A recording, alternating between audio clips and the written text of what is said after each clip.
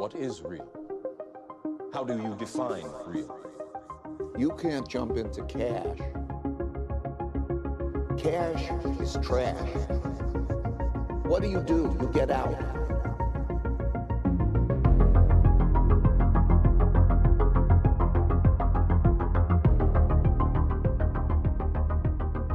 Adam Meister, aka the Bitcoin Meister, aka the Disrupt Meister, is a longtime Bitcoiner and content creator that knows that Bitcoin is the next Bitcoin.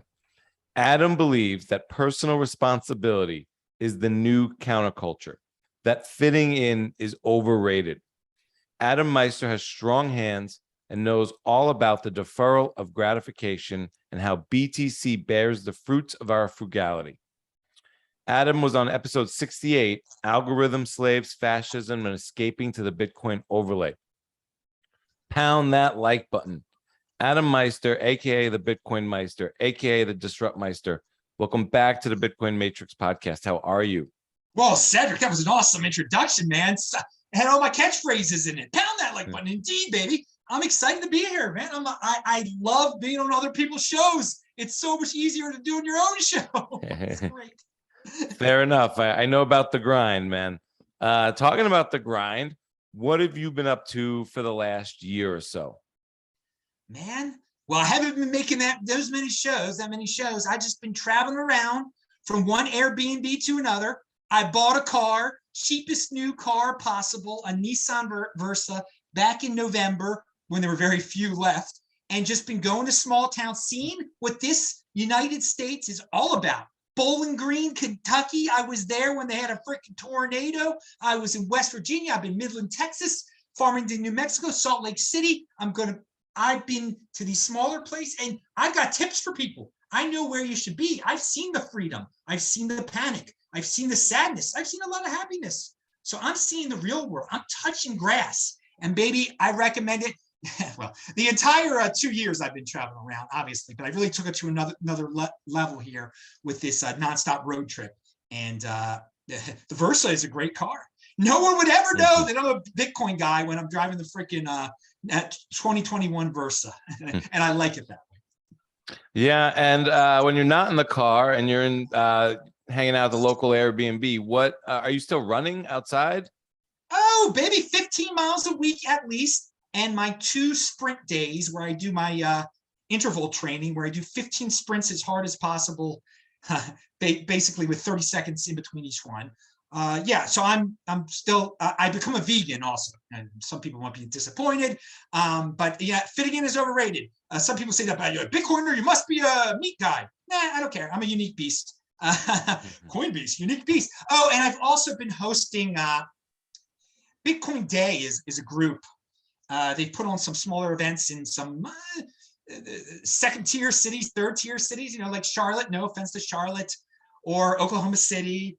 And I've been the MC at these events, just meeting real people and just trying to, those are hardcore Bitcoin events. They only talk about Bitcoin there. And, I like spreading the Bitcoin word. So, when people come up with some creative ideas for me, I'll do it. I'll do the shows. Every time I raise $100 through whatever means possible, I'll do a show. And people have been very generous that way. And of course, I was at the Miami, the Bitcoin conference, Bitcoin 2021. And up until then, I was doing a show every week to promote that because I had a package deal with them. But yeah, so that was fun to be in Miami. I spent a month in Miami, which is a great city to be in. And the cost of living is going up there because lots of people are moving there.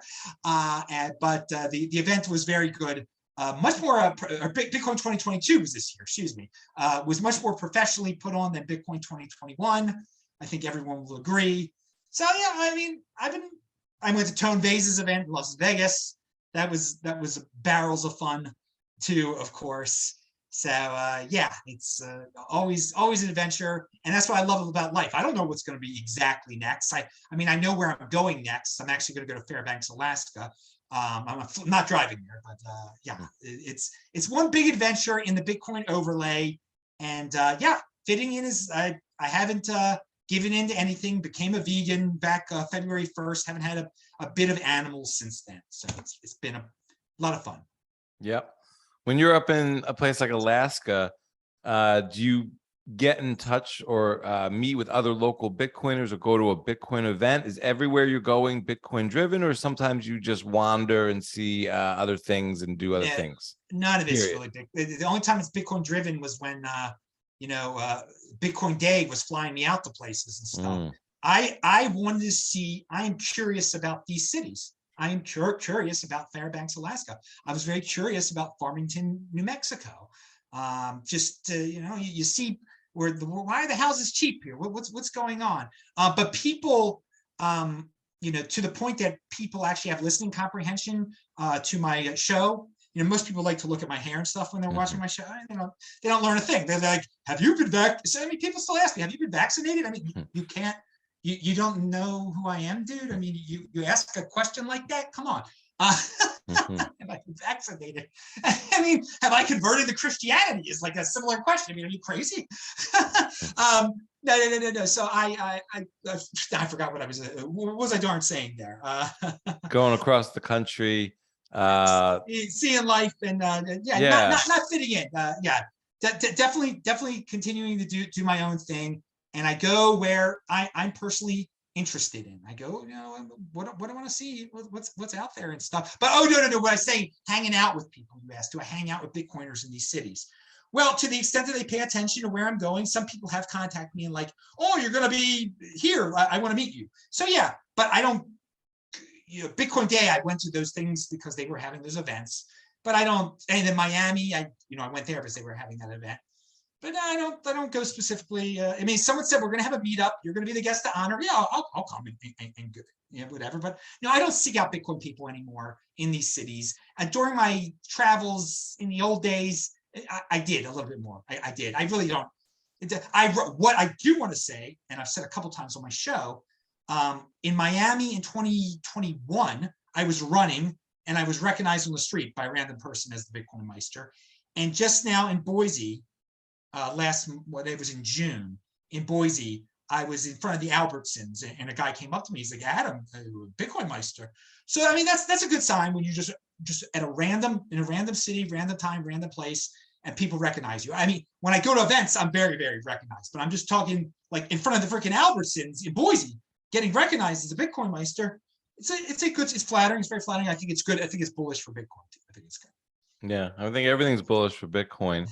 I'm kind of wondering over the last year or so with all your travels. I've traveled a lot over the last year, and I wonder what you've been seeing in America, small town, big city, whatever it is. And the two issues I'll throw out there are, and we talked about this a little bit before, about the cowboy spirit of America. But right now, very big part of sort of the national conversation is debt forgiveness. It's a bailout, yeah. So how do you see what's going on in America right now? What do you, when you talk to people, what are you gleaming? Well, there's the luxury beliefs out there. Some people are, we live in a society where people complain about everything, but it's the greatest, most luxurious, comfortable society of all time. It's the greatest time to be alive. But people love to catastrophize. That is an addiction. And this is generated online. Everything is the worst ever, the worst president ever, the worst climate ever, the worst this ever. There's no perspective anymore. And people in order to gain online clout, it's valuable to people. People like online clout. So they display their luxury beliefs, things that even hurt them, they'll talk about and promote. Like, if my child wants to do this to themselves, cut something off, it'll be all right. Yeah. And they might not really mean it, but they'll support that cause, that an 11-year-old is smart enough to decide what to cut off and to do horrifying things. When you talk to people one-on-one in most of the country, stuff like that doesn't come up.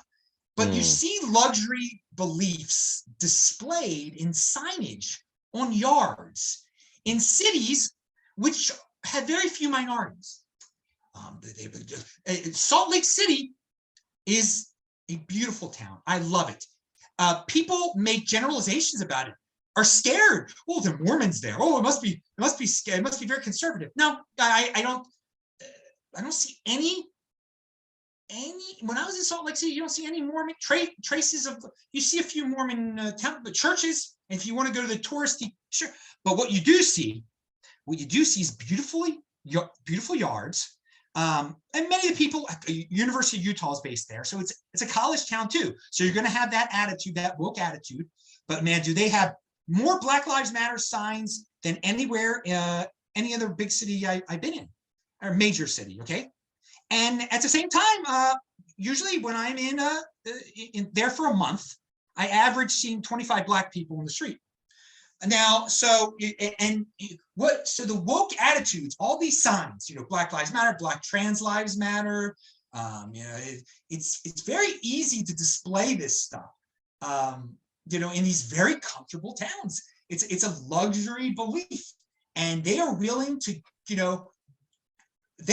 they love victims. There is just a group of Americans out there that are guilty and think that the world is falling apart.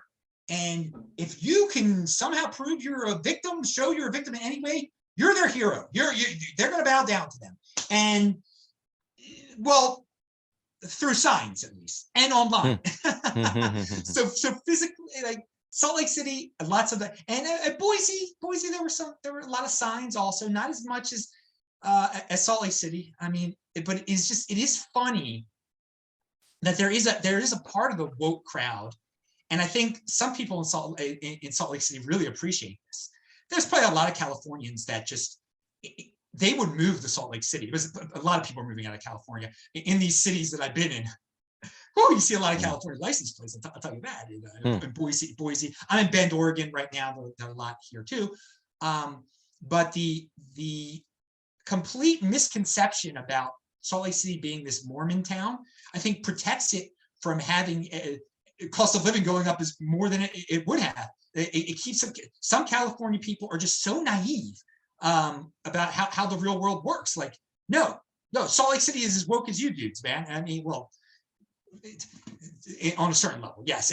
Governmentally, it hasn't completely sold out and started taxing and destroying the citizens yet. But so on the federal level, definitely the woke crowd, the centralization crowd, the forgiveness crowd, the victimization crowd it's in charge of the federal administration. There's no doubt about it that they and the federal administration about centralization of power too, and continuing. And there are plenty of people in America that want a king. That's what we're realizing, and people on the left and the right. And this is something that I think we have to admit right now. And so no one has a problem that, all right, so the king is senile. As long as, he believes in, this, he's going to take care of the victims. It's the worst climate ever. We're in the middle of a catastrophe. Everything is the worst ever. So this administration knows that they're as panic-stricken as we are. Now, not everybody is panic-stricken, screaming Karen, but there's plenty of it. There's plenty of it on display. There's plenty of ways to display your screaming Karenism through your signs, through your through how you portray yourself in social media, jumping on to every single solitary luxury belief that is out there. So I mean, for me, Bitcoin and being a unique beast. But my philosophy is. Is it decentralized? I forgot what my entire term is. Oh my God. A confident decentralist. I am a confident decentralist. All right. So I understand that, there's I don't know, maybe the majority of Americans want a centralization of power and a king. But as long as I can still do what I want to do in Florida, do what I want to do in Wyoming. And yeah, I visited Cheyenne. I didn't see any sign of Bitcoin at all, by the way. I was there for 7 days, didn't see anything Bitcoin. Everyone's like, oh, Wyoming's the greatest Bitcoin state in the world. It's going to save the world. I mean, they've got a framework set up. If you're going to set up a business there, I think it's great. But no, I didn't see any. I mean, in the newspaper one day there was an article on the front of the paper. But other than that, it is beautiful in Cheyenne. It's windy. But again, going back to true decentralization, if you really believe in Bitcoin, there can be Ethereum, there can be this, there can be that, and you're not threatened. You're confident. You're confident in it. Okay. And same thing in the United States of America right now. On the federal level, things are trending towards centralization. At the same time, a lot of people are like, the country is tearing apart. The country is tearing apart. And we need to put it back. Left and right are saying the country is being torn apart. And you can look at that way. You can look at the United States as being torn apart right now. It's ripping apart. It's going in different directions. If you believe that the United States should be one nation, that the whole nation should believe in one thing, have one leader, have one way of doing things. That's not what this country was founded on. It was 13 separate colonies. They were all founded at different times, and they came to agreement that they would protect each other's butts, okay? You know, our flag should just have a nuclear weapon on it, okay? A picture of a nuke. That is what I like to be centralized under, okay? If China ever wanted to come and nuke, Wyoming or Florida, we're all in this.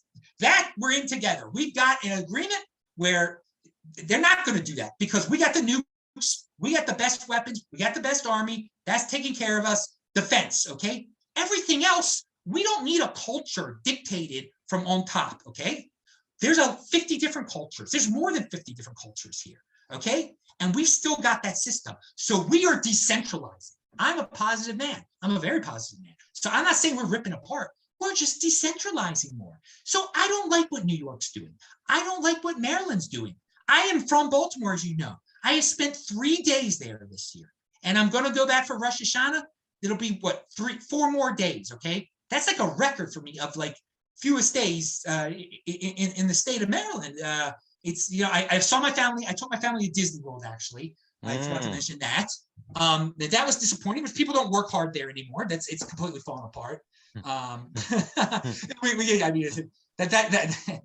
just a lot of people feel very entitled right now. Because if they don't have to work, the government will pay them, take care of their student loans or whatever. So, you say, I got a job at Disney, I don't have to work hard anymore. And they don't even try to hire good people anymore. But I mean, it's crazy. The middle class is, there's very little incentive. Many people think there's no incentive anymore to move up. If you're a middle class person, you work hard now, it's so easy. But it's much easier because the competition is going away. But very few people have that pioneer and cowboy spirit anymore. But let me tell you, the true pioneers of today, don't let this woke nonsense get in your way. Don't worry about it being coming from the Fed. Yes, it is coming from the federal level. The federal level very much represents what's going on in California, Maryland, and New York. But you don't have to be there. You can go to Florida. It's different in Florida. They do have the governor there is leading the state in a different direction. But there's more than the life than just government.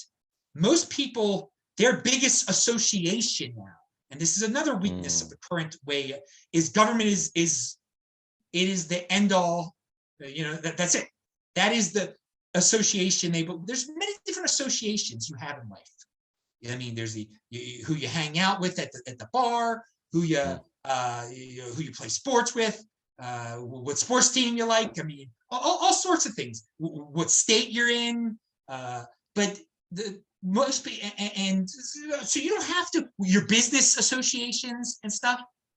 You don't have to let the government. You don't have to be a slave to the government on every single level here.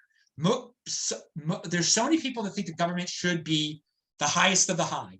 That is the highest of the high. Everything is subservient to all your other relations are subservient to the government. The government tells you how to take care of yourself medically. That is the end all, the be all in terms of medicine. People need to truly decentralize. So I hope that the 20%ers out there will realize that no, we're not splitting apart. We're just decentralizing. And you find a place where you're comfortable in this already very nice decentralized system that is out there.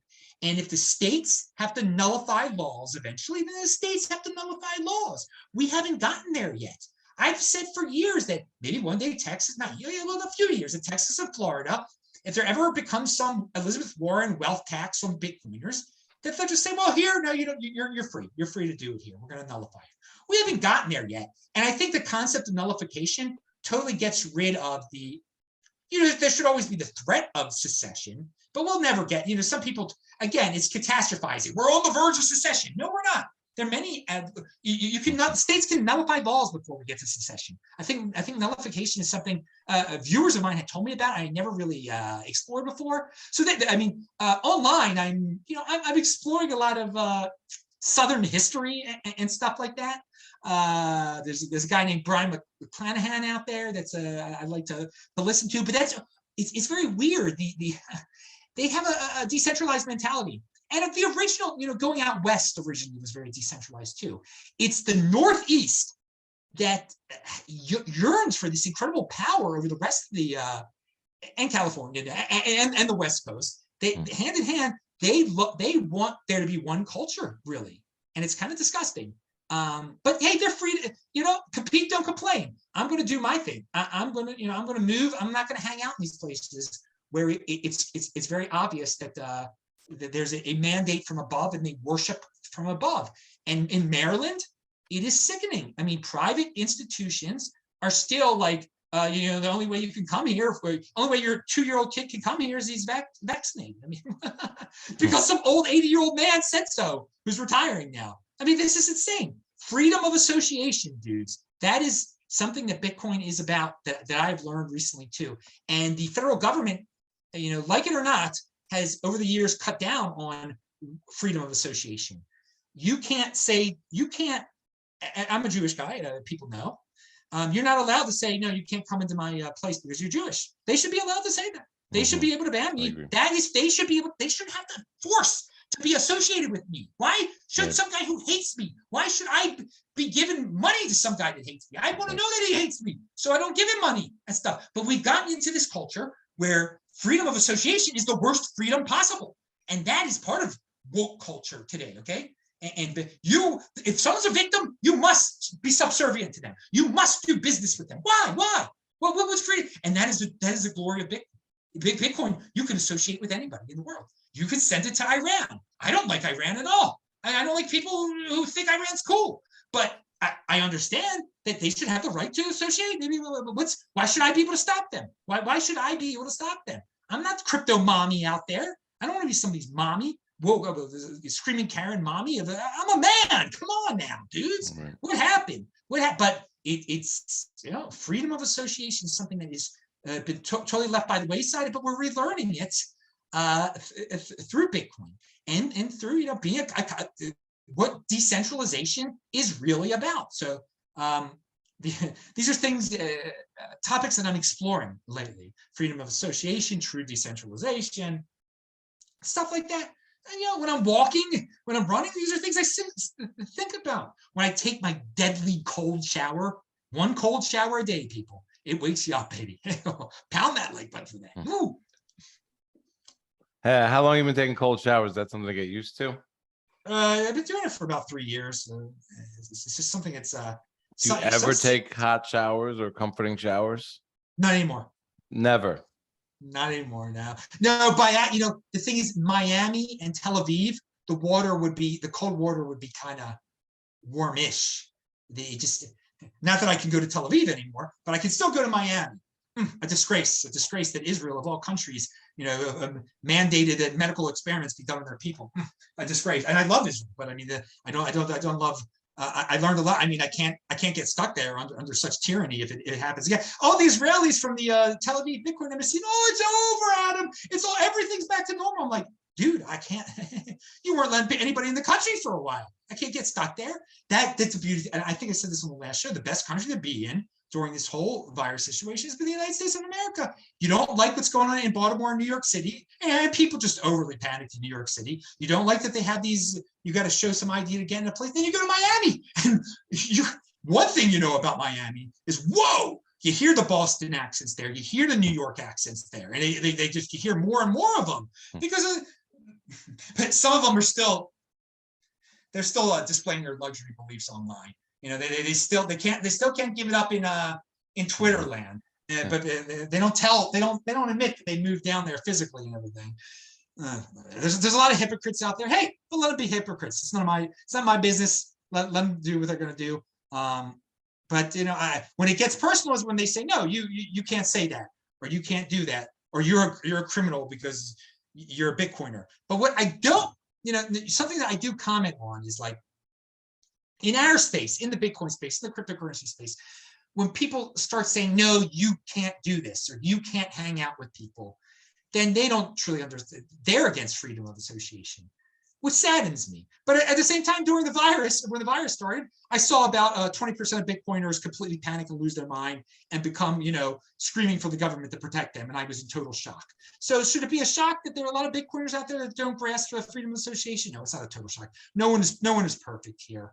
But for me, I'll say the word Ethereum. I don't have a problem with saying the word Ethereum. I don't have a problem with saying that the Ethereum, what's about to happen, Ethereum 2.0, whatever you want to call it, when they're shifting over to proof of stake, that this could be a very good thing for Bitcoin. That I think the pumping of the price of Ethereum is good for Bitcoin. It brings attention to Bitcoin. I have no problem with what they're doing anymore. I think that Bitcoin is going to be the only proof of work out there, or big proof of work out there. It's going to be great. It's going to be a way to differentiate for the people who understand. And capito conflate. Let's see what. And I do understand that the social attack is going to come. The ESG attack is going to come. It was going to come no matter what. But to wish failure from the Ethereum side, there are plenty of Ethereum people like Bitcoin. Okay, but there are plenty of bad actors out there that are going to once it switches over in September. The social attacks on Bitcoin, there'll be some big ones from Ethereum people who are going to say Bitcoin is destroying the environment because, of course, we're living in the worst environment ever. The world's about to end. It's a catastrophe. Everything's a catastrophe. Bitcoin's a catastrophe. But here, something that for the people that want the SEC on Ethereum, or for the people who want the Ethereum merge to fail, let me tell you something. If the Ethereum thing fails, okay, if the merge if it just blows up, there's no Ethereum anymore. I mean, there's gonna be some Bitcoiners be like, yeah, it's the greatest thing ever. It's the second largest cryptocurrency out there. Okay, there are plenty of mainstream people. They love cryptocurrency, but they to look like they're smart, to look like they're like, yeah, I own some Bitcoin and some Ethereum. Okay, there's this. So if Ethereum disappeared, something horrifying happened to it. What you would have is our, crypto nanny government here, screaming Karens. It would give Elizabeth Warren the ultimate power. The ultimate power grab would immediately come. She would say, look what happened. The second biggest cryptocurrency just exploded. Bitcoin is in trouble. I am going to regulate this. I am making this a major plank. I'm announcing my presidency today, in fact. She'll say, my run for presidency today. This could be something such a huge club against Bitcoin if Ethereum were to fail in the manner that some people fantasize about that. So compete, don't complain, let them compete. I'm not about destruction. There's so many people that are always about, it was destroy. It's a war. No, nothing needs to be destroyed. Ethereum doesn't need to be destroyed. If Ethereum is destroyed, it's going to boomerang real bad back on us, on Bitcoin people. It really is. I'm telling you, everyone think, do some simple thinking here. Ethereum fails. What will Elizabeth Warren do? What is she going to be tweeting about then? And all the people like her, all these crypto skeptics, what do they got? They're not going to be talking about Ethereum anymore. That'll be a thing of the past. What are they going to be talking about? They're going to be talking about right now, Bitcoin has so many shields for this DeFi, these NFTs, Ethereum, whatever. Everything is a shield for Bitcoin right now. But you get rid of the biggest, the number two, they're going to forget about these shields and just go straight for the real thing, baby. So people, you can say what you want to say, believe what you're going to believe, but I'm just giving you that little bit tidbit of information. Maybe that'll change some minds out there. Also, everything that's in the Twitter space we really do overblow it. Okay, most people in retail, they have no idea what's going on in the Twitter space. That Bitcoiners are toxic. They have no idea. They don't know. They're just buying whatever they're buying. They buy what Ben Shapiro said to buy. They don't know that Bitcoiners are toxic. There's so many people in the Twitter space that are like, since Bitcoiners are so toxic, it's clearly losing momentum. This is nonsense. This is these big funds. They care about that if Udi is toxic or if Nick Carter is toxic or who's toxic. Bitcoin Magazine is toxic. They don't know those things. They don't know the first thing about what those things even are. So we put a lot of into these guys. We put these guys on pedestals in the space. I think a lot of them, they care way too much about online clout. I think people have got to really remove themselves from this desire from online clout. But like I said at the beginning of the show, it's in society today at all, online clout is just very important, especially if you're not wealthy. It is a way to display your power, your beliefs. Whatever. It's not real. It's a lot of noise. You're much better learning about Bitcoin than worrying about how many people retweeted you and how controversial you were. Yeah, it was a lot there. I like, compete, not complain. So I do want to see Bitcoin outcompete Ethereum on the merits of hard money. I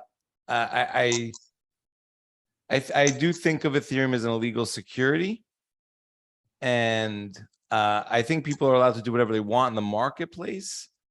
But I do think, and I'm not trying to say Ethereum has done this per se, but I think scams should be prosecuted. I think there should be consequences to crimes, and I think that. I think that ecosystem, crypto, has a lot of things that are not just scams that people get roped in, but are outright frauds and different things like that to a certain degree. And I'm not saying every single thing there is run as a scam, but I think that crypto also in and of itself is a huge attack vector on Bitcoin. And I think it's, to be honest, I think it's state sponsored, and I think they win either way. So if, Ethereum does well, they can promote Ethereum and the benefits to sort of fintech and getting whatever there and maybe surveillance. But also if it fails, then they could also promote it as a huge failure. And, that's a reflection on Bitcoin. So I see that they I think they let these scams go on purpose because there's a grift, insiders might benefit, and they could also kind of point to the scams in the space instead of preventing them or even policing them. So I just think I don't want to get put in a position where it's like, Bitcoin can't win, because I think none of this actually affects Bitcoin, the protocol. So win, lose, or draw on all these issues, Bitcoin is still the next Bitcoin, and the only thing that matters. So fortunately, I don't really have to go down these rabbit holes, and I don't have to put a lot of brain power into them. But I do find them sort of offensive at their core. I'm not saying I'm going to stand on a corner with a sign and be like, don't buy this, or, I try to stay out of those fights, but I try to warn my friends and family, hey, you can go gamble at the casino, but if you want to find a store of value in savings technology, stick to the only thing that can do that. And I don't like to see people get caught up in these sort of narratives. Well, I think you bring up some very interesting points right there. Yes, of course, warn your friends if you think something is going to wreck them. Of course, tell them not to get into altcoins. Bitcoin is the next Bitcoin. It definitely is. It is the soundest money out there. But Ethereum is not trying to be what Bitcoin is. Now, some people are trying to say it, argue against that. So, it's already changed in the past. Bitcoin is never changing. Okay, Ethereum has already changed. I mean, it's not. You never know, and it's going to change again. There's a theory, there is no Bitcoin 2.0. There's never going to be a Bitcoin. It is what it is. Ethereum's a totally different beast. It's for the Silicon Valley type of mentality that they want a centralized leader to keep on changing it. All right, and it will evolve. But Ethereum, if you value your wealth in Ethereum, you're going to get yield from Ethereum. You're going to get more yield. Now you're going to get yield. Bitcoin doesn't produce yield on its own. It is, but that's a good thing. Bitcoin is just, preserving your wealth. That for me, that some people are like, that's boring. No. That's not boring, dude. That's a fundamental something that makes sense. I mean, you have fun staying poor if you can't preserve your wealth, all right? But there's some people that are, and it's the majority of people. We just had a major crash in it. Most of it was brought, a lot of it was brought on for people's insane desire for yield. They were putting Bitcoin at third parties, putting stable coins at third parties. Oh yeah, of course, they're going to keep on paying 9%. I mean, it's never going to end. These people aren't going to learn. You should tell people, dude, if it's a 9% yield, there's something not kosher back there, okay? But no one believed. Oh no, it's Luna's not falling apart. It's magic. It's this. It's that. And it's good to warn people about that. But the desire for yield is never ending. Thus, Ethereum has a market that's out there. All right, it is going into the yield business now. So if you think Ethereum is valuable, you stake your yield through Coinbase, and we'll talk about. I hope we could talk about Brian, something about Brian a little bit later on. But yeah, you say, and they're going to give you more Ethereum. You're going to get every month. You're going to get some more Ethereum thanks to this magical Ethereum thing. People want yield. So, is it an illegal security as defined by the federal government? It probably is. But since the federal government is, they pick winners and losers. Still grandfathered in. I agree. Yeah. They picked. It's a winner. That's a fascist style of government. But of course, most people want a king. Most people want to be led by one leader that decides on a whim and on connections and everything. That's what fascism is about. It's private industry, but you favor certain private industries. And then you get some kickbacks, they get some kickbacks, whatever. So for some reason, Ethereum got in there and is defined as it's good. They're going to say no, it's not. It is already Gensler and everybody already said it's not. But if you look purely at the definition, but I am one step away.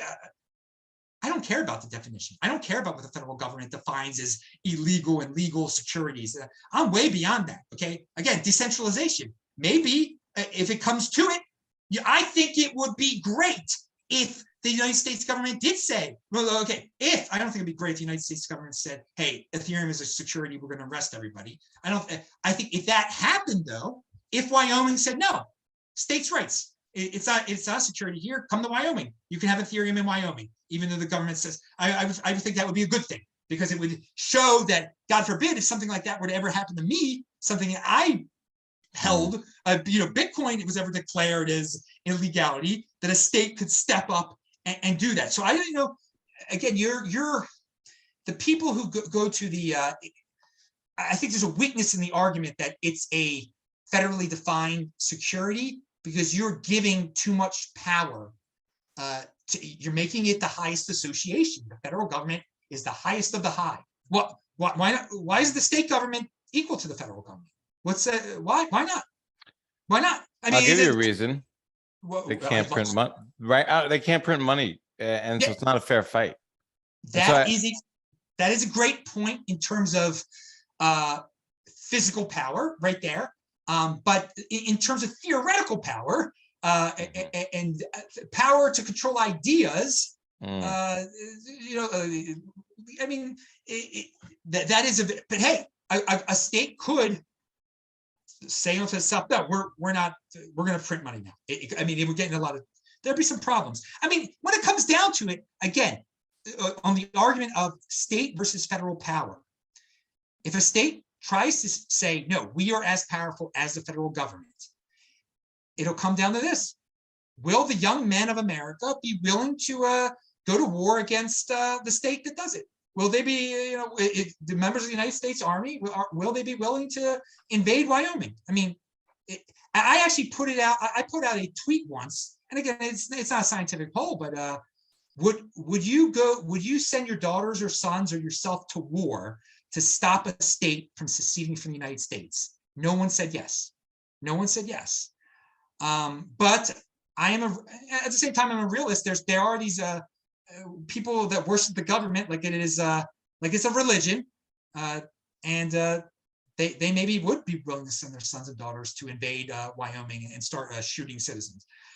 I don't know, but that's where it comes down to when we talk about state versus federal power. But I'm trying to get it in people's heads right now in terms of true decentralization is that there is no association that is higher than another, that is more important than another.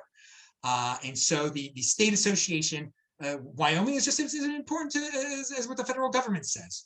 So yeah, I don't believe in these, but yeah, I mean it does come down to force and who's got the guns in the end of the day, which is really disgusting and sickening. But hey, we're not there yet. Well, let's go there a little bit in our minds. So let's say that the ETH, I think the ETH merge could be a nothing burger. I think it could be a sell the news type event. I think it could go swimmingly well, and ETH could race ahead in market value.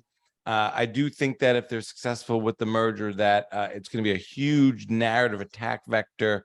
Bitcoin's boiling the oceans. So let's go down that path. ETH is incredibly successful. The merge is successful. It quote unquote does not take energy to run the system. There's all these, I don't agree with benefits, and they come at Bitcoin hard. And let's say they go so hard. Do you think there's a chance that Bitcoiners are going to jail and/or getting tortured in the United States of America over quote unquote Bitcoin ownership, possession, whatever you want to call it? No, I don't think, not at all. No, I don't think. I also don't think there's a space. You said something else. The crypto attack on Bitcoin is state sponsored. I don't believe that either. I think they got other things to worry about. But what would wake up if there was a huge controversy like Ethereum going down the tubes, it would open up the power grab. There's not a big power grab right now around Bitcoin, around cryptocurrency. But I agree that is going to be a huge, a huge way to. The ESG narrative is going to get bigger and bigger as time progresses. More people are going to buy into this.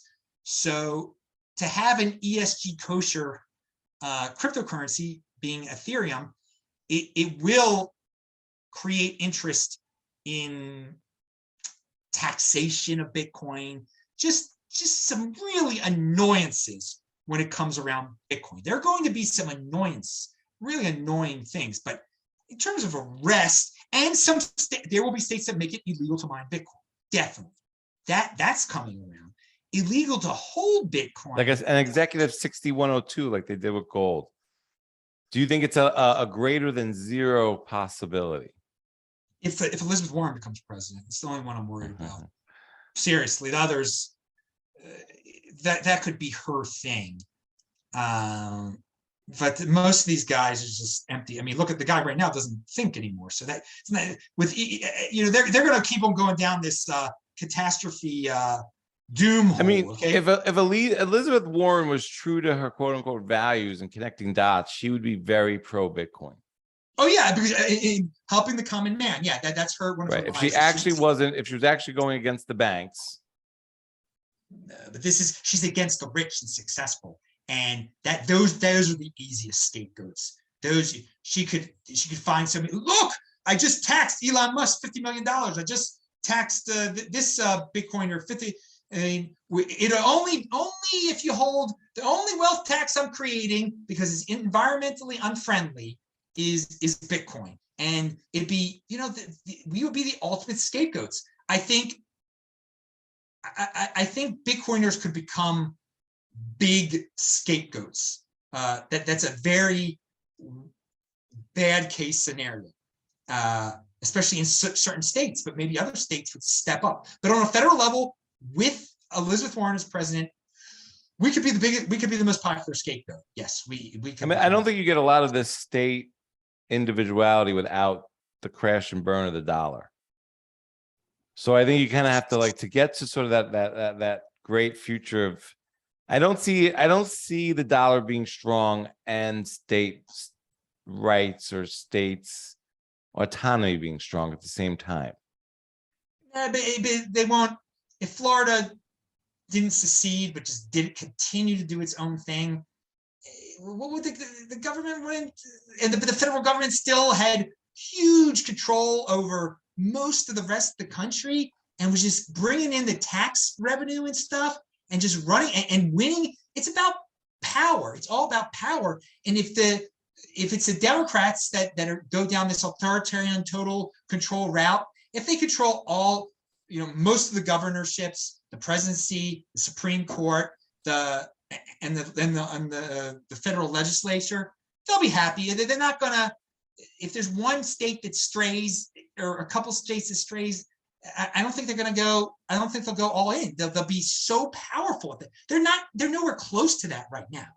I mean, it's basically split 50-50 right now. So I mean, it would take a lot of.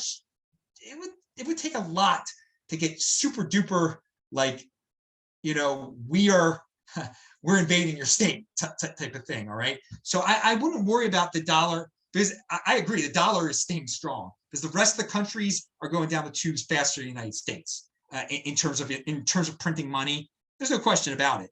I mean, the inflation is worse basically everywhere else. I mean, some places it's not. But in terms of power, I think you put a lot of value in potential power grabs in terms of the finance behind it. I don't think for the Democrats to gain power that they need to have super duper financial control. Like I think they could just do it with guilt and the way they're doing it right now. Just certain states are just, there is no overall United States culture, but there are enough states with a culture that mesh very well with authoritarianism that they'd be able to take control of 60%, 67% of the nation, and they would be pleased. That would be it right there. And there would be enough states to take a stand against it, and there would just be a wall of safety in some of these states still. But in the states that are controlled by the authoritarians, yeah, it's going to be bad for Bitcoin. It could get real bad. Maybe that is where the equivalent of gold confiscation would happen. But I still have faith in the stray states that will be out there at the end of this nightmare type of scenario, which I don't think is even happening. I don't foresee the nightmare scenario happening that you talk about. Again, because of nullification. And so I don't think that I'm basically saying, to sum it all up, the power of the printing press of the federal government does not usurp the power of the individual states. It doesn't. Right. So, what do you think then of? I mean, you were one of the first to come out to say, sort of happy inflation. Happy inflation, baby. Happy inflation, and I go around. I have sticker price shock everywhere I go, and I feel a lot of people I talk to talk about prices a little bit more, but I don't think people are in shock or really concerned. They're happy. They're happy. So it's happy inflation. They've succeeded. The federal government has pulled off exactly what I said would happen. It's a good thing. It's a good thing because it's not going up as fast anymore. That's the other thing. Well, the economy is growing and there's jobless things are down, and the Federal Reserve is becoming more diverse. I mean, that was the main article. I mean, that was a huge article. Federal Reserve is now more diverse. They're doing a bad job, but no. That speaks to the wokeism. I mean, they're just saying that they're more apt to handle the complexities of the economy because there's more diversity on the panel. And so now, like, diversity is the qualification. They're not touting anyone's background or skill set in handling the issue. It's just the way you look. It's just the way you look. But it's a very the world's very superficial. It's very superficial. So people this is not going well, though. I think to live in a superficial world like this. I mean, I can't see this ending well. It's not going. Not for the individual. I'm saying for the group. We could all carve out our Bitcoin overlay, but I'm saying this. I don't think this is going well for America. No, the 80% of middle class are just becoming more and more dependent on the federal government. Yeah, which is this goal of definitely one of the political parties out there right now, the Democratic Party. If you become and they'll get more and more votes. So having an inflation is helping. People would rather fit in and display their luxury beliefs, but and have inflation and be poor and lose their wealth, as long as they're fitting in, as long as they still have some nice thing. And guess what? They're being given bones that make inflation very happy. It is very happy for the people that are being bailed out of their student loans right now. It's great. That's adding to inflation, of course. I can't help but to laugh though, because it's going to come back to bite everyone, including them in the butt. But they still haven't pulled out the Fed coin thing yet. We still haven't done Fed coin, where the United States government will be issuing mortgages through Fed negative 10% interest rate mortgages, so everybody can get paid to buy a house, and they'll still default on their negative 10% more. We're not even close to that yet. I mean, it is going to be some crazy stuff out there in happy inflation land because of Fed coin. It gives them this. They're going to be able to pull this thing. People are like, oh no, it's mathematically impossible for this inflation to continue. No. We haven't had Fed coin yet. Negative interest rates, because Fed coin allows negative interest rates and allows for and if Elizabeth Warren is president, she might just get rid of all most banks. So, the Federal Reserve, you'll be able to directly interact with the Federal Reserve. That'll be your bank now, and you'll be able to get negative 10% mortgages through them. Negative 10. That's not a mistake, people. Negative 10% interest rate mortgages. We're going to one day we're going to, and maybe it'll only be from if you're a minority, you get negative 10%. If you're white, you get negative 5%. Okay? That'll be part of the reparations package. Is that certain people get a negative 10% mortgage rate, and only certain people get negative 2%, negative 5%, and still people will default. It'll never end. it'll be amazing. But we're not. I mean, what we're about. So that just boils down to the point. You want a store of value that the government cannot mess with. That is Bitcoin. Okay, because there are a lot of ways they can mess with the fiat that you haven't even dreamt of yet, because of glorious technology which governments hinder through regulation, which is ironic.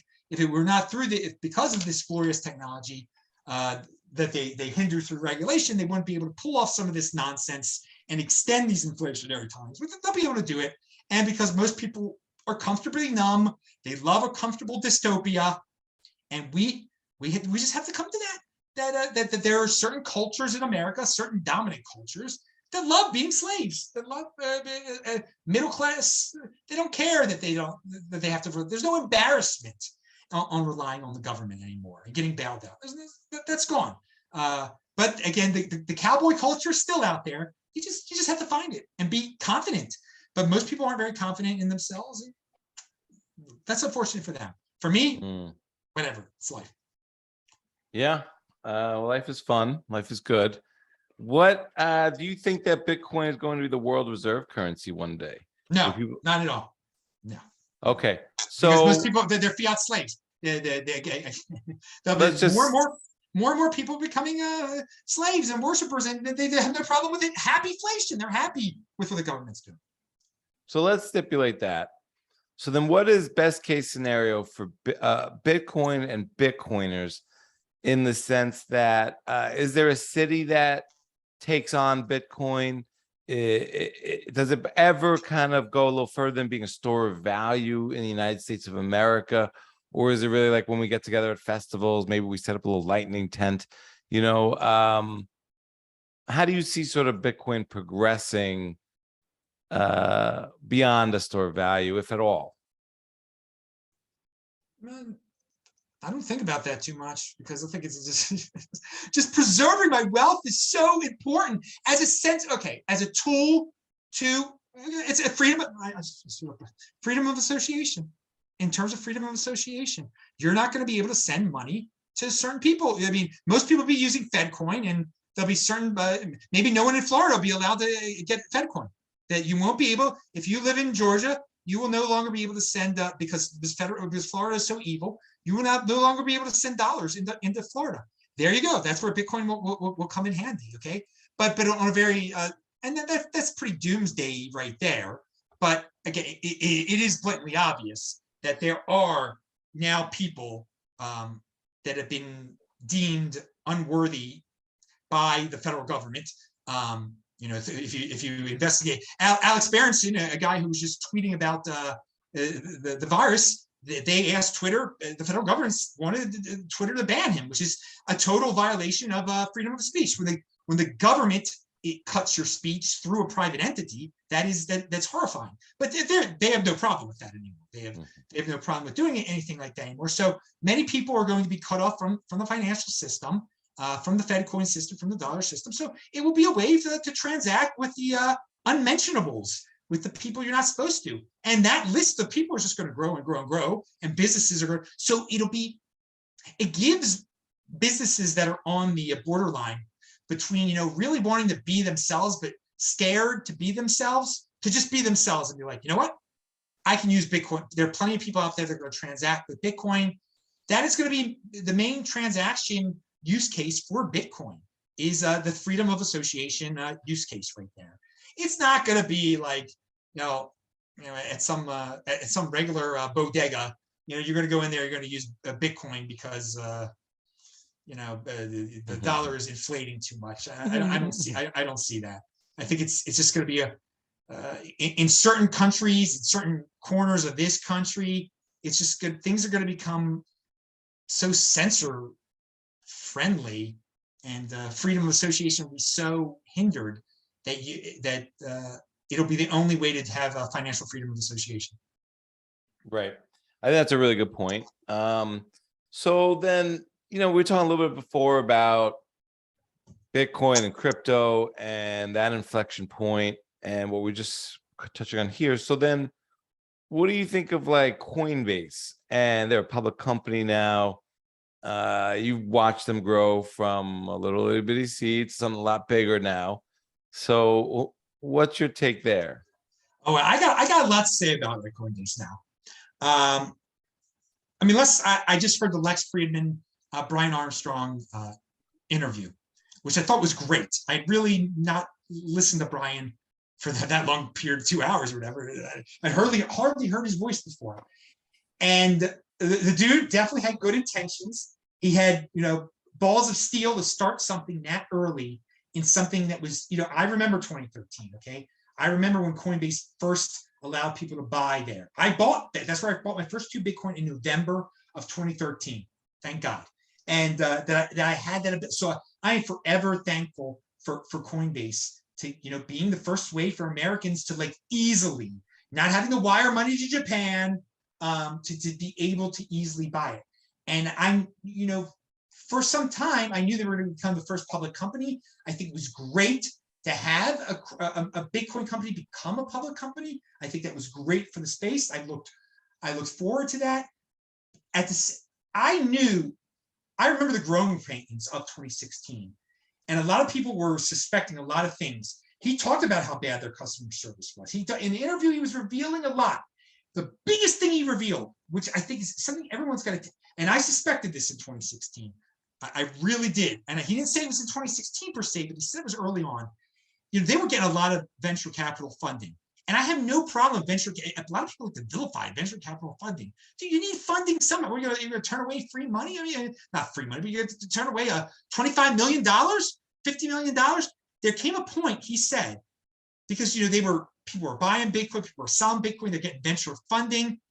They didn't know how much money they had. Think about that. What would become the first publicly traded Bitcoin company, probably in 2016, did not know how much money they had, and they had a lot of money.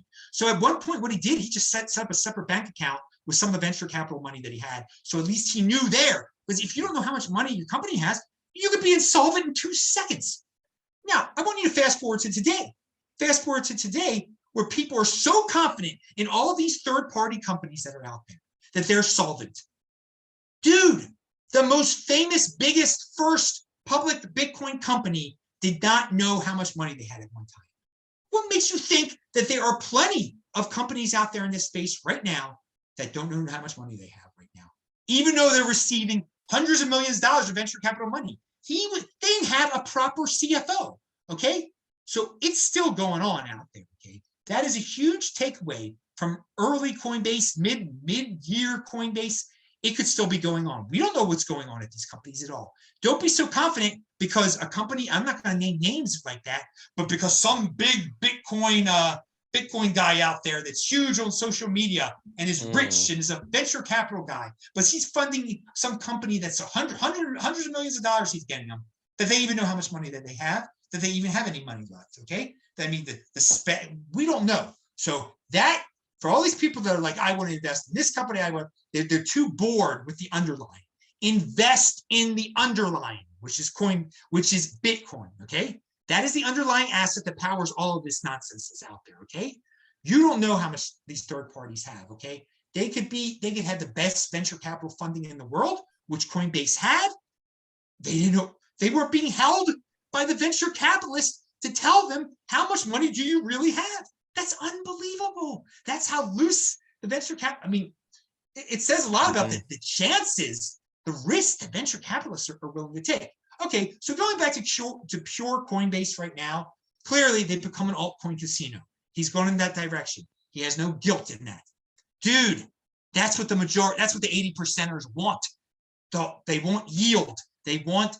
They're bored with Bitcoin. They want fancy sets and graphics. You see it in every aspect of life. He's got a publicly traded company. He's got to make money somehow, okay? He's got to maximize shareholder value. The way you do that in the quote unquote cryptocurrency space is you do all this altcoin stuff right now. What's the big, and right now he is holding his breath because the Ethereum merge is huge for Coinbase, because it will be such a quote unquote safe way to get your yield from Ethereum. Most people don't know how to, I don't know how many do you even need? How many Ethereum do you need? Ether do you need? 32. 32. And you have to set it up. That's around 50 grand right now. Yeah. But people don't know the technicalities behind that and how to do it properly. You just let Coinbase. You don't have to have 32 at Coinbase. Right. They do it for you. They've got plenty of 32s over and over and over and over again. So this is going to be a huge business for the exchanges, for Coinbase. All these, and most people out there right now they know Ethereum is the number 2 cryptocurrency. They don't know that you're going to be able to get yield from it. People say, buy the rumor, sell the news. I think, once they do they're going to accomplish it. I think the price will go down. I think leading up to it, the price will continue to go up. But then it'll go up again after it goes down afterwards, because people are going to realize, wait a second, there are all these people that own a bunch of cryptocurrency. They don't have it on their Trezor. They have it at Coinbase. I mean, Brian talked openly about, he says he doesn't want people to hold there anymore. There's too much responsibility. But that was one of their that was one of the original things they wanted to be, was a Bitcoin bank originally. And maybe it's changed. I'm not in his head. But guess what? Most of the normies, most of the institutions, they got third parties holding it for them. Okay, and so people are going to say, wait a second, I've got the same amount of Bitcoin as Ethereum, or I have a little bit more Bitcoin than Ethereum because I just diversified for the sake of diversification. Most people do that. Well, wait a second. Why don't I buy more Ethereum? Bitcoin doesn't pay me any interest. Ethereum does pay me interest. I'm gonna buy more Ethereum at Coinbase, and it's this is a big deal for Coinbase. They're going to get a lot of people to buy Ethereum because of this. Now, I mean, you said that there could be a scenario where the flipping happens. You might have implied, I don't want to put words in your mouth, but you said something about market cap. I don't think that is going to happen. I mean, an Ethereum Ether would have to be worth 16% of a Bitcoin. I think there are going to be a lot of people hyping that. I think it's going to get up to 10% of a Bitcoin. Should we really care? No, I don't care. I think Bitcoin will be going up in value too during this entire debacle, or not debacle. But I mean, if normies that never bought a cryptocurrency before start flying into the space because they hear they can get yield on Ethereum, they'll be prone to get a little bit of Bitcoin on the side too. Maybe not as much as Ethereum, but whatever. But yeah, Coinbase is about to make a killing off of the Ethereum merge if it all goes successful, because they're going. We saw the desire for yield. I mean, that's what Luna was. That's what all these crashes were all about. And putting your precious Bitcoin at third party that offers you 9% was all about yield. And you and I could scream to the rooftops, ignore the yield, because one of the a social. I will say this about Bitcoin maximalists, Bitcoin toxicity online, which again most people don't notice, but it does serve as a shield against a possible social 2017 Bcash type attack. We're not going to see, and that's the reason the toxicity formed in the first place, was to fight off that Bcash attack. But it's still there. It's still part of the protection system, the alarm system. And so I don't agree with all the insanity that comes from some of these guys sometimes. I think they might become sick in the head from their orthodoxy, from their Bitcoin inquisition type of ways. But that this exists in the social media Bitcoin space, that there is something that toxic, does basically make it impossible for when the time comes, when the ESGers out there fork off Bitcoin as an ESG Bitcoin, that people will not, it's impossible to really Bitcoin is the next Bitcoin. That is what, on a social level, those toxic guys guarantee, that you can't attack, you can't try to change that on a social level like the Bcash people were. It's impossible because of that toxicity. So that's a positive spin toxicity there. It's also a reminder that the ESG narrative will be expanded because of Ethereum to a point where someone famous will try to fork off an ESG Bitcoin. They will do it. But for all those people who want yield, you're going to get it. We're going to get this free Bitcoin crypto dividend called ESG Bitcoin, or whatever it's going to be called, or friendly, proof of stake Bitcoin, whatever. That's positive. I mean, it's not going to be the next Bitcoin because of our toxic brothers out there, and a lot of other reasons. But that's one of the reasons. And that's how. Be patient, people. Long-term thinking. There are going to be plenty of other crypto dividends of Bitcoin. These forks that are done in attempts to socially divide everybody, but that fail and eventually go under 1%. I mean, Bcash was at 20%, 30% one time. I mean, if you would have said in November 2017, it's going to 1%, people would have laughed. People laughed at Tonebase. He did say that. Pound that like button for Tonebase, who always said it was going to go under 1%. And now it's just common thinking. Yeah, what's Bcash? That thing, it's like 0.5% of a Bitcoin. They all trend it. Jimmy Song used to say that all the forks trend to 1%, less than 1%. But it's coming, dudes. Treat it, have a good mentality about it. ESG Bitcoin, treat it as a crypto dividend. When it's at 20% of a Bitcoin, dude, you trade that in for Bitcoin. There's your freaking yield right there, and it's totally. If you control your own private key, you're totally safe. Okay, when you. Well, anyway, we're not there yet, but I fully expect there to be those attacks of the ESG narrative growing to a point where someone has to do an ESG Bitcoin. And believe you me, there will be plenty. And again, it won't be state sponsored, but there will be state actors like Elizabeth Warren who will be like, oh, maybe this one's all right. And then maybe if she were president, okay, she'll try to define what the real Bitcoin is at that point. That would be very interesting, wouldn't it? I could see something like that happening. But it failing them. It failed. Because the United States is not the whole world either. It's not the whole world. And that would be quite a social attack if the president of the United States jumped on board the forked off fake Bitcoin. That would be interesting. I never say never. Never say never. I think that I have a very bad experience with Coinbase. They have no obligation to me, but when I went there in 2017, They presented other coins in that sort of light of this is another or something to be equated with Bitcoin. My fiat brain was like, oh, I got to diversify. These things have a smaller price point. This is interesting. They owe me nothing, but I'm allowed my own free ill will towards them. And I kind of, I also think that if maybe they did focus just on Bitcoin, I think in the long run, they'd be better off. I think they'd be better off even now, maybe if they just bought Bitcoin instead of maybe some fancy couches and the nice lunches for whoever they need to impress. I have no problem with VC money, PE money. I do know as a corporate accounting consultant for 25 years that I've met a lot of CEOs that have no idea how the balance sheet looks, how much money they have. Generally speaking, they're great salesmen. They got to increase the top line. Everyone else down the line can figure out what they need to do with the balance sheet. But yeah, they easily run a company into the ground. I wouldn't be surprised if Coinbase is fractionally reserved.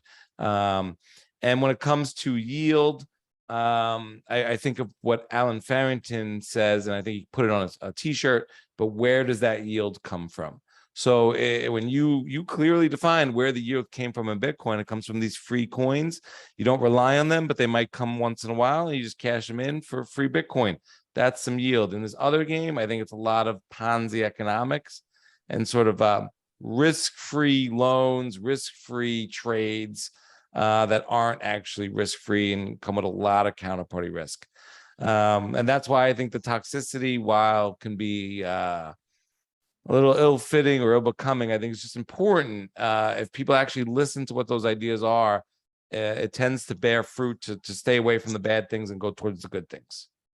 I respect your corporate experience there. I was naive. I was naive to think that certain. I thought CEOs, especially ones that are getting venture capital money, are going to know the whole thing. I thought it was just a basic, fundamental knowledge. You need to know how much money you have. Mm-hmm. You need to know your budget. And I was naive. I definitely was naive. But just go raise more. But the thing is, clearly, in your corporate experience, you saw, I wouldn't say similarities, but we're talking on a startup level or on a venture capital funded startup level. Clearly, it's going to be more prevalent. It's going to be more prevalent. And yes. So you should, I think a reasonable person should think that every single company is could default at any moment. And there's fractional reserve, ones that are loaning out money that it is fractionally reserved, even though if they say there's something behind it. Where does Ethereum get its yield from? You didn't say that. I'll say it, out of thin freaking air, baby, because it's the belief that it's the belief that Ethereum has value. So they're printing Ethereum out of thin air. Yes. But people buy into. I mean, the desire for yield is so much, and the brand Ethereum has built itself a brand. Okay. I mean, for God's sakes, Hex is able to pull it off. Richard Hart is able to pull it off. How does Hex get its yield? Out of thin air, through Richard Hart, through a cult leader. So if they're able to do it on that smaller level, of course, Ethereum will be able. But no, it's a very valid point. Where does when you're that Farrington, whatever you pronounce his name, where does the yield come from? It's interesting to analyze that. With Ethereum, it's being printed out of thin air, just as Hex is, right? Yeah, it's the same thing. Just different level of professionalism. That's all. Mm-hmm. So, you've been around a long time, and you have a great quote: "Bitcoin always returns to its all-time high." So, I asked this the way I am on purpose. Are we still in a bull market? No, we're in the bear market.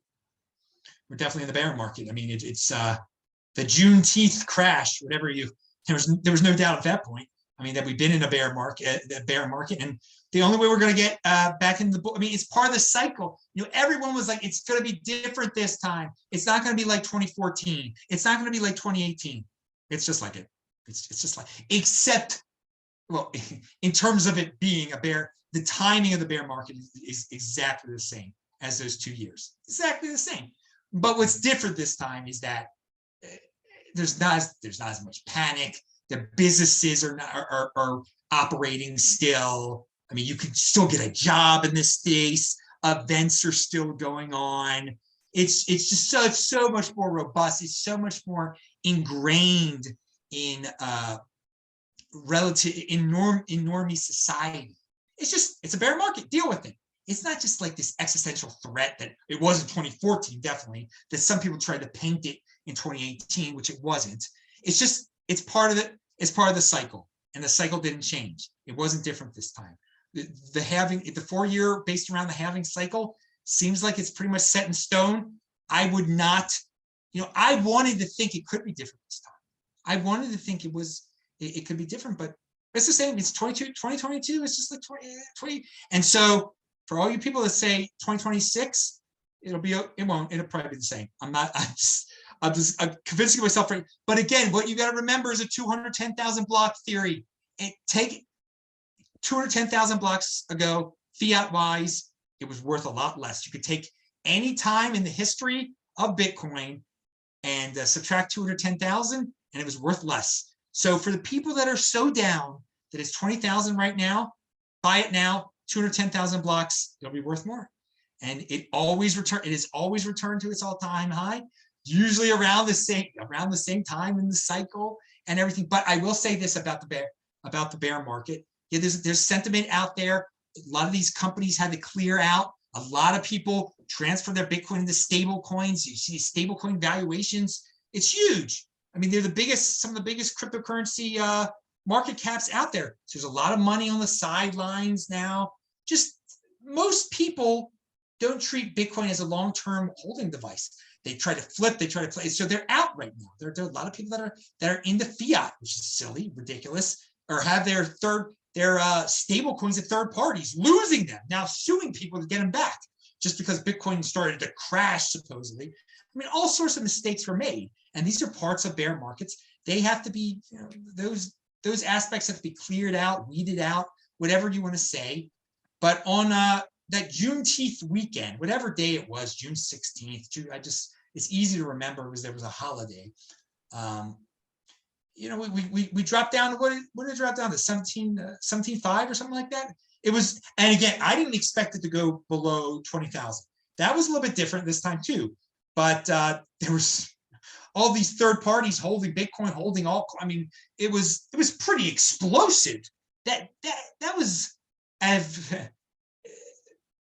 it was based around money instead of based around the fear of a virus, the fear of a war. So simply based around finances, that was the most drastic shift I've seen. It was the quote unquote worst day that didn't deal with rumors about wars and viruses in the history of Bitcoin. Whatever, you see it, but it was 17.5. For the bear market to be over, we got to get to 36,000. It's got to double. And so until it doubles, I mean, I don't want to freak anybody out, but it could go down there again. It could get a little bit lower, maybe even.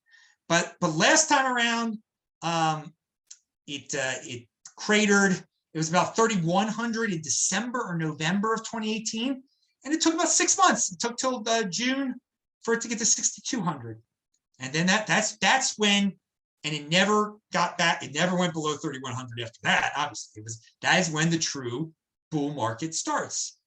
When you can double and you're not going back down to the previous low of the cycle, because that was the low of the cycle. The cycle is defined at that point. So yeah, we're in a bear market. We're in a bear market. Whatever. It's just that's the way it is, and it's if you should have more Bitcoin than you ever did. On Juneteenth, I bought 0.3. Okay, Adam Meister rarely buys Bitcoin. Rarely makes a proclamation on Twitter, shows the screenshot of when I do it. The time before I did that was March 12th and 13th of 2020 during the virus panic, when I bought 2 Bitcoin for like a combined a little bit over $10,000. So that was a rare opportunity right there. It was a very rare opportunity. I mean, there was for months and months, people were like, "Oh, I wish I feel bad now that I didn't buy it at 20,000 in 2017." We'll never get back. Well, we got to December of 2017 briefly here and there during the last few weeks and everything. So you had your opportunity. I took advantage of the opportunity, and I already got plenty of darn Bitcoin. It's the rich get richer. I mean, but that's personal responsibility is new counterculture. And this is, and I've said this before, you know, in a year or whatever, 2 years, next halving, a little bit after that, when we're booming, people are going to say again, you just got lucky. You bought it you bought early. You did this, you did that, you did whatever. And, you know, you're rich. You're rich. You're lucky. You're rich. You're this. You have no talent. Let's live in the moment right now, okay? I wasn't lucky, dudes. I bought the stuff just now when the sentiment was the worst freaking ever, okay? Financial, not based on a virus, not based on a war or anything like that, purely based on financial shenanigans and all this craziness. Everyone is panic stricken. I bought, okay? That isn't luck. That's using your freaking head, okay? So the people, and I'm rich already, and I got richer because of it. It ain't luck, and I'm not guilty that I'm getting richer and richer because I'm smart, and it's not luck. And I think the sucker MCs out there that love to say when times are good in Bitcoin that it was lucky, they're poor, okay? And I feel nothing. I feel nothing for them at all. And that is pure logic there. That's not what the word is about anymore. So they're victims. You should feel bad for them because they didn't get rich when you got rich. When you got rich, the poor are getting poorer. The poor are getting poorer under the scenarios that I just talked about, but they believe in this magical luck stuff. Okay, that's their fault that they believe in this magical luck, and they need a Gnostic leader to tell them what is really true. I mean, that's the world we're living in. People can't think for themselves anymore. They need the Gnostic leader to tell them what's really true, what's really reality, when they should buy, when they should sell, what is nice, what is mean, who you feel bad for, and everything. You can't think how to, you know, wipe their own toughness up anymore. I know how. I mean, you know, build upon that. Learn how to wipe your own toughness first. Then, you know, learn how to clean yourself. Learn how to make your bed. Then learn your financial management. So yeah, it's just luck. It's magic. That's because they believe in magic. Everything's magic. It's Gnostic insanity. But I'm quite proud of the fact that I bought back when everybody was panicking in March of 2020, and I'm just as proud that I just did it the other day. It's no luck, dude. It's up there. It's up there in your head, baby.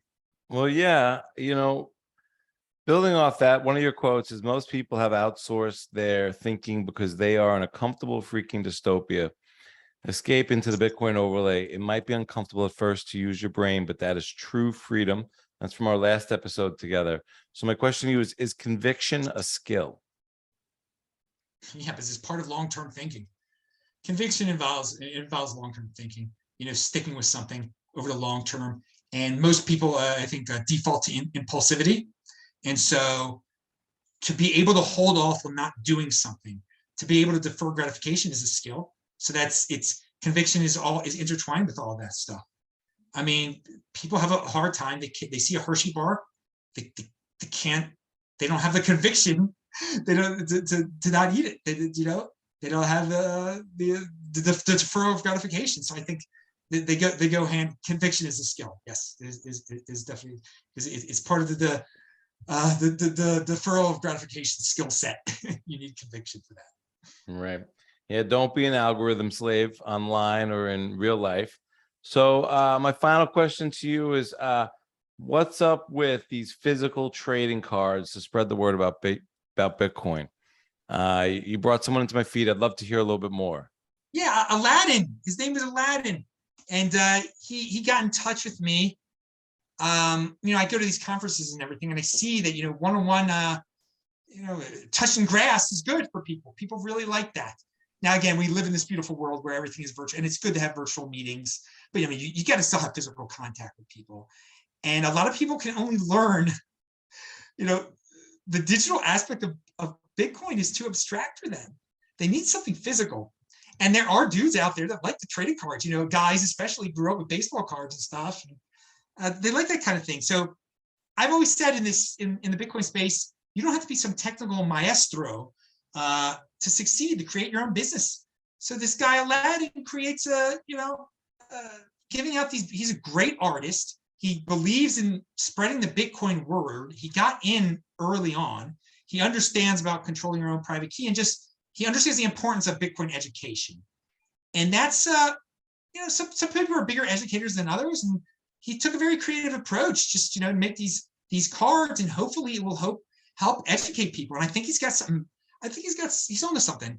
And then he'll be known. He'll be known one of these. These Bitcoin trading cards are cool, and we should give his what is his? Let me give you his info right here. I got to give him a plug. It is on Twitter. He is at FAC4T. All right, and it's the name of his. What is the name of this? Okay, here we go. It's fact. It's fact. I mean, I don't even know how to pronounce this. It's again, go to fac4t.com. I just when I think about it, I'm a trading card guy. So I think it'd be cool if people are into physical things to check it out. It'll be linked to below again. fac4t.com. Freedom Adoption Cards for Trading. That's what it stands for. Freedom Adoption Cards for Trading. Look, it's a little too complex for me to remember. I'm just a trading card dude. Aladdin, man. Check him out, man. So yeah, that's interesting. But again, there is room for Bitcoin in the physical realm and the digital realm, in the artistic realm. There's so many different ways. So I give him all the credit in the world for being in motion, for contacting me. And I want all the other entrepreneurs out there not to be scared. Contact me. I love for people to network. I know so many people in the space, and other people know so many people in the space, and they love to connect people. So if you got a good idea, physical, digital, whatever, it involves Bitcoin, contact me, contact Cedric, contact everybody, because people are always willing. They might not have time for you, but they'll put you in touch with somebody that does. It's a small world. The Bitcoin world is a small world still in certain ways, of the OGs at least. And you don't have to be an OG to take full advantage of the OG's generosity and wisdom. So yeah, there's my spiel right there. I hope that's inspiring to the and you don't need millions of dollars of venture capital funding either. You don't. It'd be great if you just have $1,000 budget. You have $1,000. That's I'd be happy with that if I was running a business. If I knew, I wouldn't be very happy if I was running a business. I didn't know how much money I had. I would feel very. I'd be worried. I mean, but that's it. That's just my personality. Yeah, I love a good spiel. I'd love to hear your advice maybe to new Bitcoin hodlers. Maybe they're not looking to move and shake. They're not looking to leave their day career, even maybe just yet. They're new to hodling. And then, any parting words and where people could find you. All right. The hodling thing is don't get tempted by yield. Mm-hmm. Remember that you are a hodler. If you need a reason, a mathematical reason to be a hodler, something, a time limit, you need some type of restrictions. Again, remember the 210,000 block theory, that this is your 4-year savings plan. Do not touch it for 4 years, for 47 months, for 46 months, whatever 210,000 blocks ends up being. You're telling yourself, I bought it at $30,000. Oh my God, it's 20,000. I'm going to panic. No, you're not going to panic, because it's your 4-year savings plan. It's your 210,000 block savings plan. That is your restriction. You've got it. Hopefully, you've got it locked away. If you need to lock it away on your Trezor and bury it underground somewhere, I mean, figure that out. But just get it through your mind that holding means 4-year savings plan. If you need clear definitions like that. Some people don't. They're just like, yeah, I'm holding long term. When my kid gets to college, blah, blah, blah. But some people need a really definite time. And then you can start trying to calculate, well, what day is it going to be in 2026? But what I would also do is don't check the price every day. If you feel your weak hand again, don't get caught up in the Twitter drama. And if you do, remind yourself, that's not everything. That doesn't, just because some guys that love Solana say that Bitcoin is toxic now, and that is going to bring it down because these Bitcoiners are hating on each other. That's not true. Most people don't know about that. So you got to leave the social media cryptocurrency space if you start believing that stuff is true. If you start believing those kind of narratives, those are just purely narrative. They do not, that is not real life. It does not affect, Bitcoin does not care that two maximalists are cursing at each other. It doesn't care. It's not a person. It has no emotion. It is not a religion. All right. It's just numbers. So again, remember, it's just numbers. So you get that 4-year number thing in your head, 210,000 blocks. That is really a strong holding mechanism for those who start to have weak hands. But and know that yeah, I've been doing this a long time, dudes. I've seen ups and downs. I've seen worse. You haven't seen, live through a cycle too. That's another thing. You know, your class of 2021, wait till 2025. Because most people I talk to, once they've lived through a cycle, they do have a completely different mentality. But most people don't make it through the cycle. Know that you're elite too. If you can make it through the cycle holding, if you can make it through those 4 years, most people cannot do it. They are way too impulsive. They do not have the conviction, long-term thinking skills. Their long-term thinking skill set is horrifying. So just, you know, you want to be elite. Everybody loves being elite. You become truly elite when you make it through that 4-year. And so keep putting that as a goal also. So some people are very goal oriented right there. I want to be elite. Make that be your goal. As for where people can find me, on Twitter, TECHBALT. That's TechBalt, like Technology Baltimore. It's something that I've kept through the years. I thought technology should come to Baltimore. Technology doesn't come to Baltimore, dudes. Just panic and fear and viciousness, and relying on the government. That's Baltimore. And if you don't like it, get out, like I did. Or you can complain all day and be a treat. Also, disruptmeister.com takes you to all my videos. Look up Bitcoin Meister on YouTube, Adam Meister on YouTube. But I do tweet every single day. I do tweet every single day, and you can always DM me there. Yeah, and if you want consulting services, and if you want hardcore networking, consulting type of stuff in terms of like really setting up a plan, how to promote your business. I mean, I'll all sorts of things I'm open to. But the time is money and stuff like that. But little questions here and there. It's fine. I'll joke with them. But hey, pound that like button for people watching this on my channel. Do a super chat. Thanks for all the support, everybody. And I always love talking to you, Cedric. Cedric is one of the he's a hardcore dude in the space. For those watching my channel that aren't familiar with him, you should know who he is. If you don't know who he is, you're too into fancy sets and graphics and looking at bikini babes instead of listening to content of smart guys like this. Well, we need to spread the awareness. I'd love for my audience, in your audience, to mix and mingle. Adam Meister, aka the Bitcoin Meister, aka the Disrupt Meister. He comes with receipts. I'm looking at here at your pinned tweet. There's a Bitcoin flashback to September 19th, 2014. By the way, in 2014, the average price of a new car was $33,000. Adam says that people in 2014 on September 19th, Adam says that people should buy $10,000 worth of $420 Bitcoin instead of buying a $50,000 car. So mind you, today, average new car is $48,000. So we're talking about around $100,000 today of Bitcoin, which would be about 5 Bitcoin. But those 23.8 Bitcoin today are now, well, in 2021, when you wrote this tweet, were worth over $1 million. Today, they'd be worth around over $400,000, right? And that shows the receipts and the proof of long-term thinking and conviction.